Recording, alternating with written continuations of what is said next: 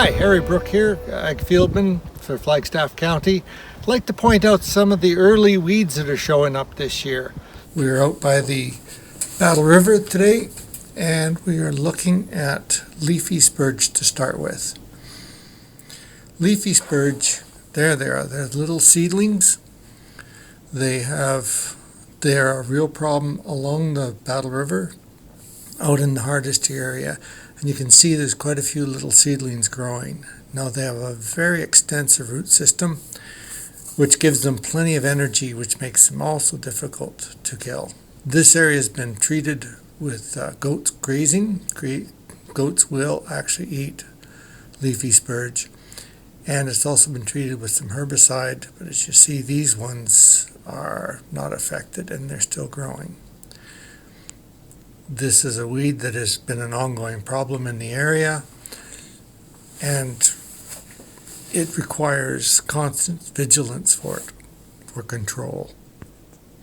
Here we have some leafy spurge that was sprayed last year, and as you can see, the plant is dead. There's no regrowth from the bottom. It's nice and brown and crunchy. There's no regrowth. Here's another leafy spurge. You can see that the top was killed last fall with some spray, but it still hasn't killed the plant, and we've got some regrowth coming from below.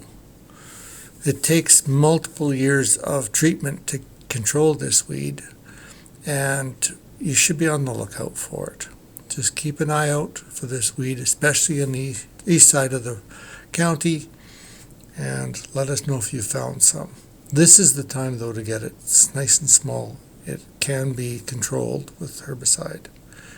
The next weed we're talking about is Scentless Chamomile. This tends to be a problem north of Killam, near Highway 36.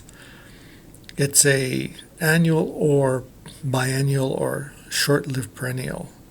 Problem with winter annuals is they'll start growing in the fall, and then early in the spring they start growing, as you can see this one is doing. And it'll go to flower before you even have a chance to spray it. There's a number of herbicides that can be used to kill it, but the real problem with this is that once it's flowering, it's too late to spray it, and you have a huge number of weed seeds produced. So it's really important to get on it early, check the areas north of Killam. If you're in that area, look for these little guys, report it to us. If it's in the ditches, we'll control it, then we can help you with control options. But definitely don't let this one get away, and when the white flowers are showing up in July, it's too late. The third weed we're dealing with today is white cockle. You see this is a real problem in a lot of alfalfa grass hayfields. Once again, it's also biennial, short-lived perennial, very difficult to control. Real problem there is it's got some very fine hairs on the leaves, doesn't absorb herbicide very well. And once again, this is the stage it needs to be controlled at. Otherwise, it just gets away on you, and once it becomes significantly large-sized, it's too late to control. It also has white flowers, often confused with night flowering catchfly. Keep an eye out for this one. You'll find it often in bale yards and in waste areas, but it will move into the field. And the fourth weed we're looking at right now, this one's common Tansi. You find this often in waste areas. Here you got some regrowth. You can see it's quite a significantly large-sized plant, up 3 to 4 feet tall, and it forms these little groves. Very prolific seed producer. You see some regrowth coming from the bottom of the roots.